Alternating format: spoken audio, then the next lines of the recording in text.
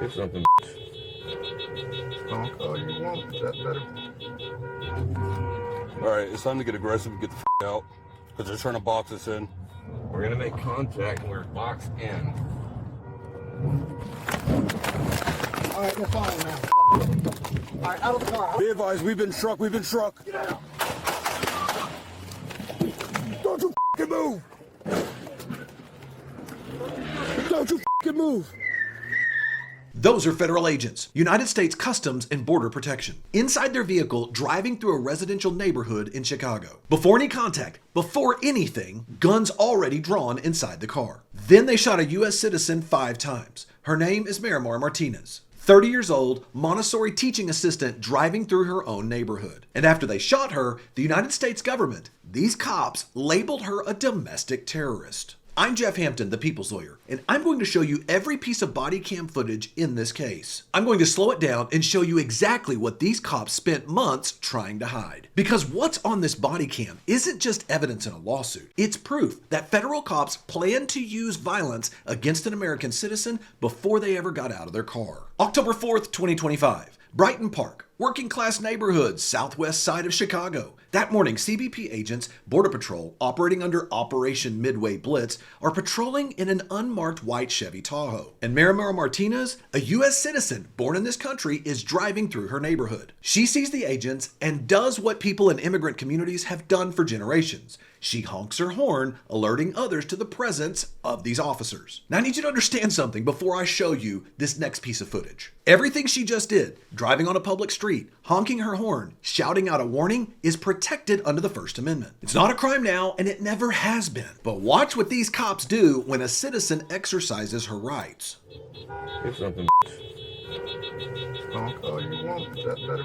This is body cam footage from inside the agent's Tahoe. This is important here. The shooter, Agent Charles Exum, was not actually wearing a body cam. This footage is actually from another agent sitting behind him. Driving through an American neighborhood, families and kids walking all around, and they already have their guns drawn as they drive through this neighborhood. Why is this important? Remember the standard under Supreme Court law. In order for a cop to use deadly force, they've got to be able to show that a reasonable officer in the same situation would have been in immediate fear of death or serious bodily injury. And the court has said you have to look at the total context of the entire encounter in order to determine if it was reasonable. But here, guns drawn, driving through a residential neighborhood already shows you these cops' mindset. It's arguable they weren't responding to a threat, they were actually seeking out one.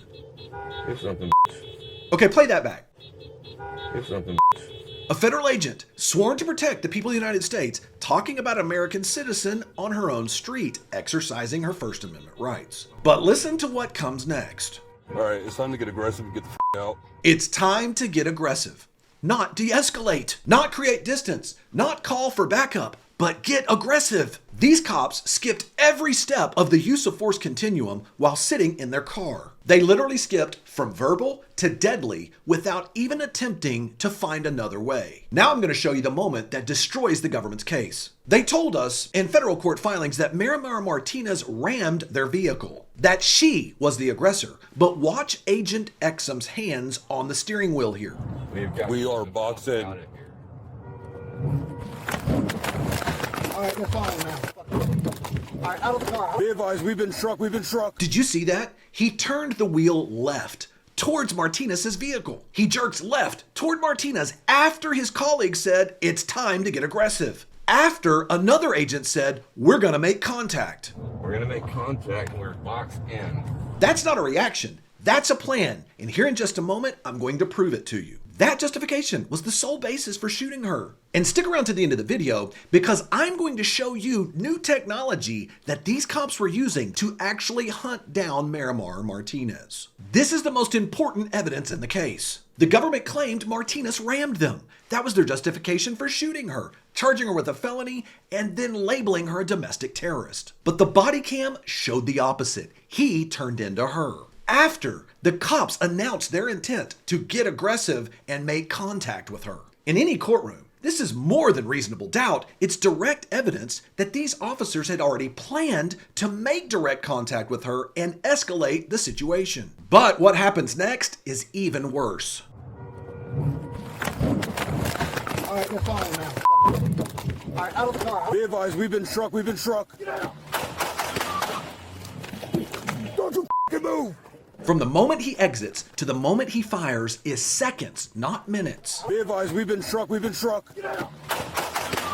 5 shots into a woman sitting in her own car in her own neighborhood. She miraculously survived and drove to a nearby repair shop where paramedics were able to attend to her. But surviving the bullets was only the beginning, because now she had to survive the government's story. The government charged her, the woman who had received 5 gunshot wounds, with then assaulting a public servant. And then DHS did something that should make you extremely concerned. They turned around and labeled her a domestic terrorist. No allegation of her pulling a weapon, no criminal record, and a U.S. citizen. So you just saw the body cam, you know what actually happened. But the real question here is, what did these agents do after they shot her? And the answer is somehow worse than the shooting itself. I mean, think about it. If you just shot someone and you believed it was justified and you genuinely feared for your life, what would you do next? You'd be shaken. You'd need time to process it. But not Agent Charles Exum. He pulled out his phone and started bragging. I fired 5 shots and she had 7 holes. Put that in your book, boys. He just shot a school teacher and he's bragging about it like it's a video game. Exum then just said, I'm up for another round of F around and find out. He shot a woman 5 times and he's laughing about it. But here's why these texts are devastating for the cops in court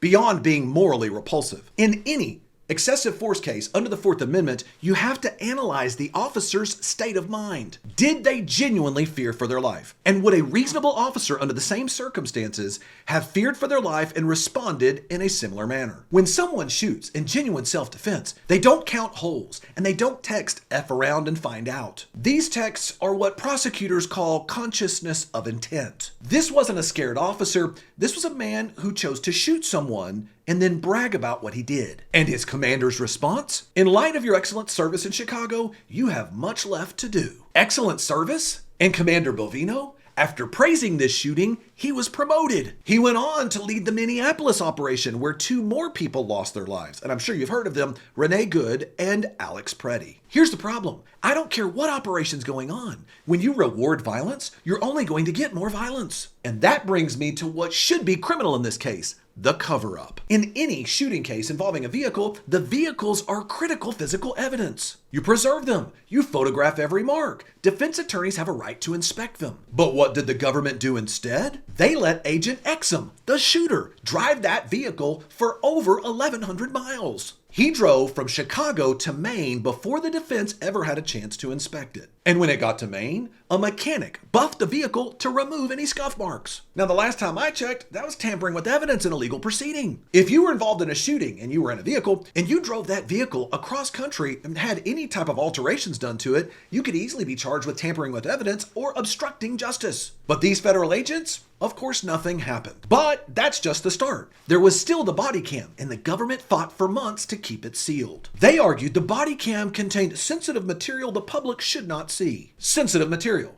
Federal agents saying, It's nothing.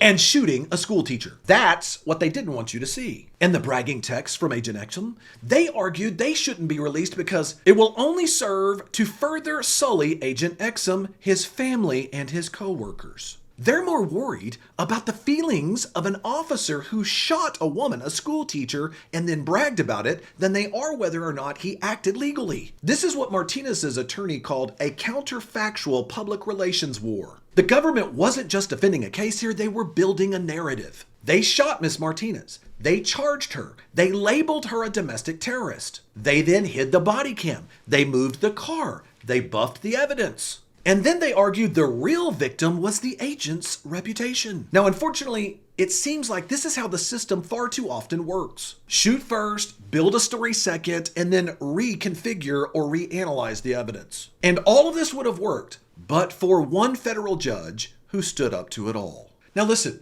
I've done multiple analysis for many of the shootings that have happened recently, and each of these should be analyzed on their own merit and evaluated. But what bothers me is that Marimar Martinez is not alone, and this seems to be happening more and more frequently. Alex Preddy, Renee Good, Silverio Gonzalez. The list goes on, so much so that Wikipedia now has a page that outlines every time someone is shot during an encounter with one of these agents. But there's one more thing the government didn't want you to know, and this should terrify each and every American. 5 days before Marimar Martinez was shot, Before she ever honked her horn at that Tahoe, Borders and Customs Protection had already tagged her as a threat. Her photo, her information, had been disseminated to every agent involved in Operation Midway Blitz. How is this possible? Because cops and the federal government have been building something that most Americans don't even know exists. And this is what makes me so angry and most people aren't paying attention to, and why I spend so much time providing Fourth Amendment coverage when it comes to technology and our privacy rights. You see, there's a company known as Flock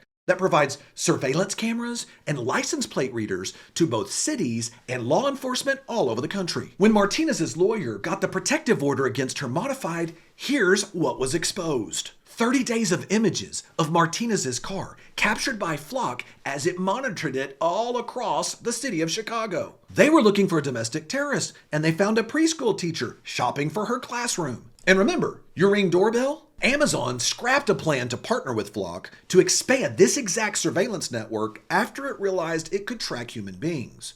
But Customs and Border Patrol, they don't need Ring. They already have Flock, and they already have facial recognition cameras they can pull from Clearview AI. They also have Palantir, combining government and commercial data to track your real-time locations. And when acting ICE Director Todd Lyons was asked about this under oath, he said this: "Are you surveilling U.S. citizens today? No, sir.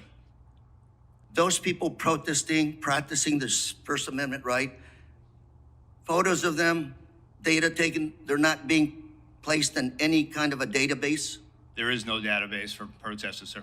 One of your officers in Maine said to one of the individuals protesting, "We're going to put your face in a little database." What does that mean? Do you have a little database No, sir. of Americans?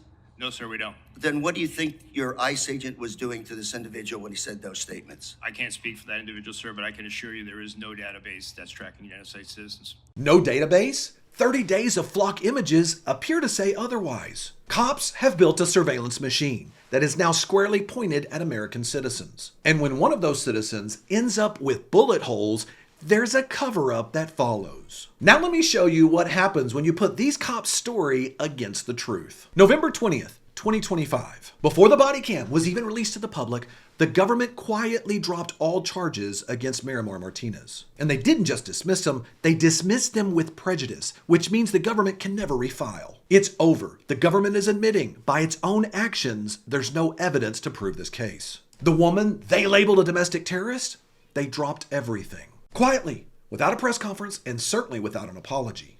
Oh, all without removing the domestic terrorist label from their accounts. But in February 2026, a judge ordered the release of all this evidence. And I'm going to put up here on the screen everything the government claimed compared to what the body cam footage and all the newly released evidence clearly shows. The government told you she rammed them. The body cam shows he turned into her.